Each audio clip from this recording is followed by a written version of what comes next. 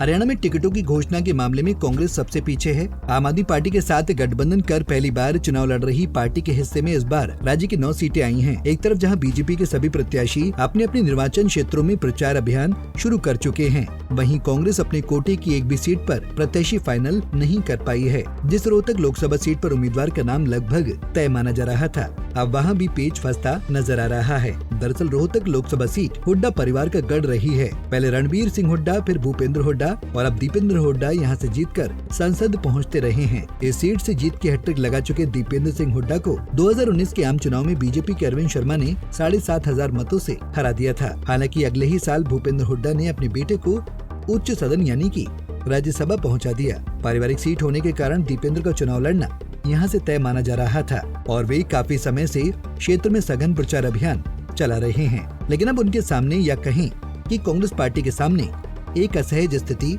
पैदा हो गई है। दरअसल राज्यसभा सांसद दीपेंद्र हुड्डा अगर रोहतक से लोकसभा चुनाव जीत जाते हैं तो उनकी राज्यसभा की सदस्यता स्वतः समाप्त हो जाएगी, जिसके बाद चुनाव आयोग यहां पर उपचुनाव कराएगा। हरियाणा विधानसभा का जो मौजूदा अंक गणित है उसके मुताबिक कांग्रेस के लिए ये सीट बचाना मुश्किल है। बीजेपी के पास इस सीट को जीतने के लिए पर्याप्त संख्या बल मौजूद है। सूत्रों की माने तो कांग्रेस के अंदर खाने इस बात पर गहन मंथन हो रहा है कि क्या एक लोकसभा सीट के लिए एक राज्यसभा की सीट को दांव पर लगाया जाना चाहिए, क्योंकि राज्य में लगातार हार के कारण कांग्रेस की स्थिति काफी कमजोर हो गई है और लोकसभा की तरह राज्यसभा में भी उनके सांसद बेहद कम रह गए हैं। दीपेंद्र हुड्डा अप्रैल 2020 में राज्यसभा के लिए चुने गए थे और उनका कार्यकाल अप्रैल 2026 तक है। ऐसे में तकरीबन 2 साल का कार्यकाल अभी भी बचा हुआ है। यही वजह है कि कांग्रेस इस पर गंभीरता से विचार कर रही है। पूर्व मुख्यमंत्री और नेता प्रतिपक्ष भूपेंद्र सिंह हुड्डा पहले ही इनकार कर चुके हैं कि वो इस बार लोकसभा चुनाव नहीं लड़ेंगे, लेकिन लगे हाथ वो इस सीट पर अपने बेटे की दावेदारी का भी समर्थन कर रहे हैं। देखिए, जहाँ तक मेरा सवाल है, क्योंकि दीपेंद्र यहाँ से उसकी वो है चल रही है चर्चा, पार्टी फैसला करेगी। सूत्रों की माने तो अगर किसी कारणवश कांग्रेस हाईकमान दीपेंद्र सिंह हुड्डा को लोकसभा चुनाव लड़ने का फैसला नहीं लेती है तो काफी मुमकिन है कि हुड्डा परिवार के ही किसी शख्स को मैदान में उतारा जाएगा। ऐसे में पूर्व मुख्यमंत्री भूपेंद्र सिंह हुड्डा की पत्नी और दीपेंद्र हुड्डा की मां आशा हुड्डा का नाम सियासी हलकों में प्रबल दावेदार के रूप में देखा जा रहा है। आशा हुड्डा सामाजिक कार्यों में काफी एक्टिव रही हैं। इन दिनों ने रोहतक झज्जर में महिलाओं से जुड़े विभिन्न कार्यक्रमों में शिरकत करते देखा जा रहा है। हालांकि खुद आशा हुड्डा चुनाव लड़ने के सवालों को टालती रही हैं।